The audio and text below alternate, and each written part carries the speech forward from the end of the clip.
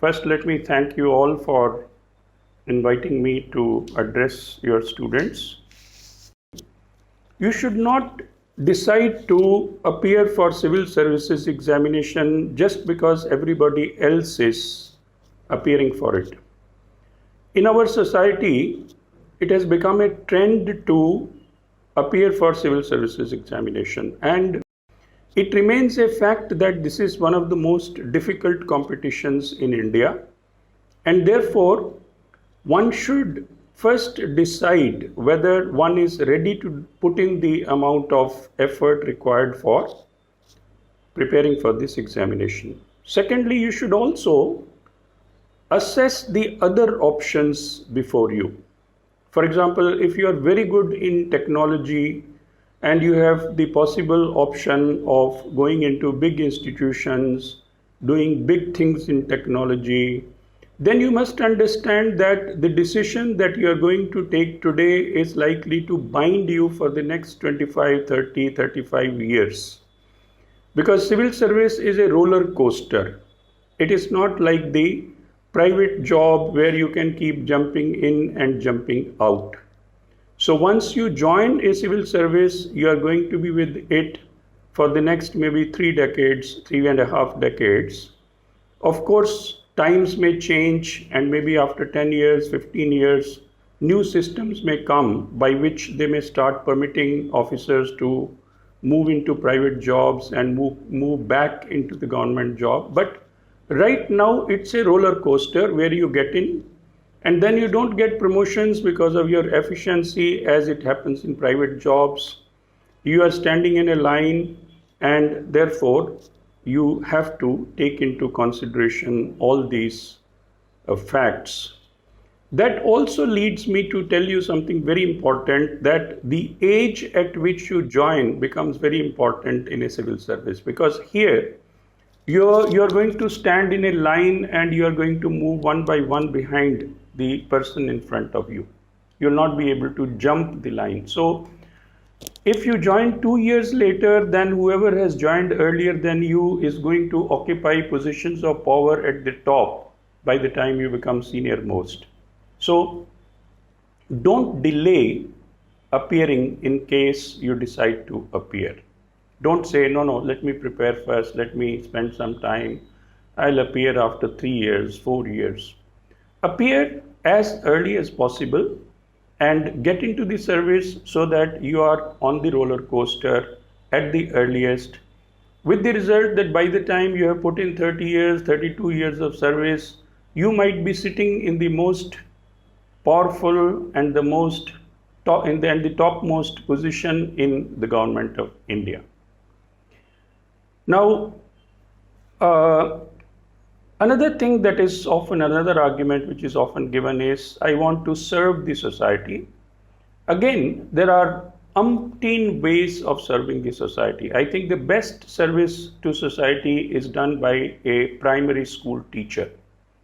Therefore, if you want to serve the society, there are a number of other ways also. If you are a technocrat, perhaps you could produce something very innovative, produce a new type of technology which might put India on the top. So think about all these things and then take decisions. I'm going to try to answer questions which are generally asked by the candidates and their parents also sometimes.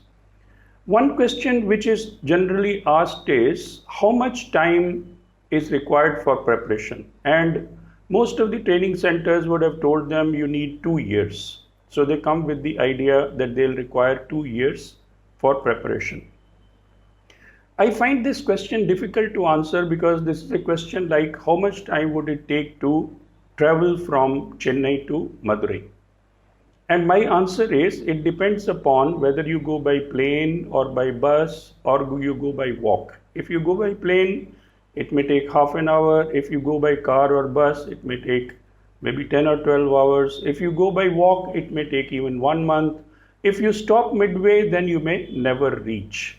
So as you have all read in books of physics, D is equal to S into T.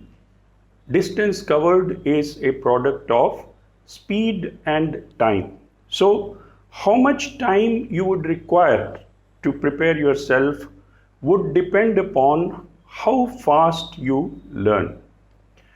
Unfortunately, in our society, there is a well-established concept of the hard-working man. Who is the hard-working man? Who keeps working all the time. So if your parents see your lights on at 2 o'clock in the early morning, they say our son is very hardworking. So we need to shift from the concept of the hardworking person to the concept of the hardworking and efficient person. So what we need to do is to learn to give speed to our learning. And generally, I always recommend the use of certain meditation techniques to give speed to our mind. Fortunately, we live in a country which taught meditation techniques. So if we can use some of these techniques and give speed to our mind, then we'll be able to do in less time what others do in a larger amount of time. Another thing that has happened over the years is that some sort of fear psychosis has been created about IAS.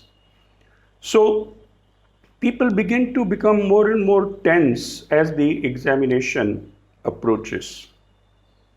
If you are relaxed, then your mind works better. So you should learn to work in a relaxed manner.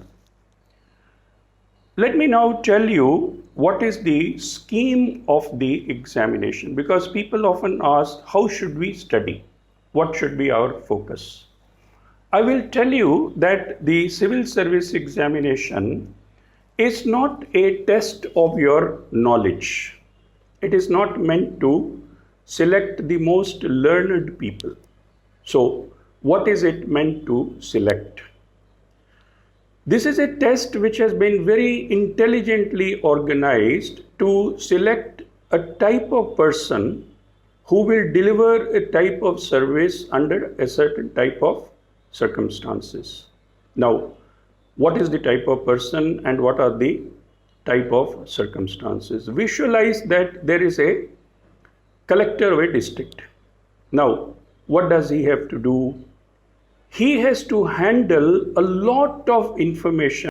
For example, right from the morning, he starts getting information that there is a law and order problem in so-and-so place, so-and-so VIP is coming, this building has collapsed, people have to be rescued, in so-and-so place there is a flood or flood is likely, or in so-and-so place there is an agitation. So a number of different types of bits of information keeps bombarding his mind, and he has to record those bits of information in his mind and use those bits of information for taking decisions, for dissemination of information, for informing his bosses, for informing the government, for informing the press, etc.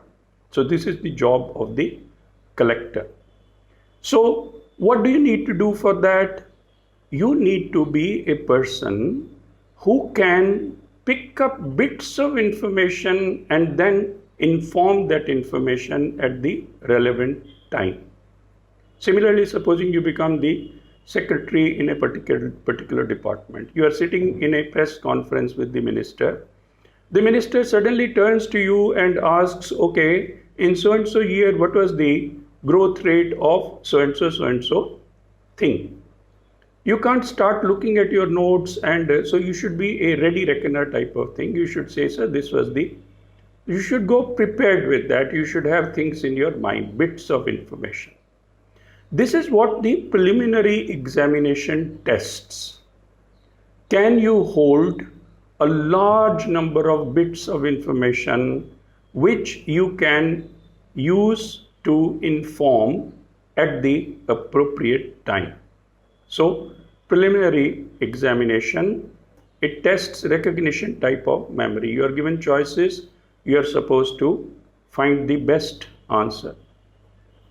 Sometimes it also focuses on a little bit of accurate knowledge. For example, they may ask for so and so scheme, which is the age group which is permitted or not permitted. So there you may need specific information. Sometimes they may give you 4 or 5 years and they may say, in what order would you arrange this? This is so far as the preliminary examination is concerned. Now, coming to the second part of the examination, that is the main examination. Now,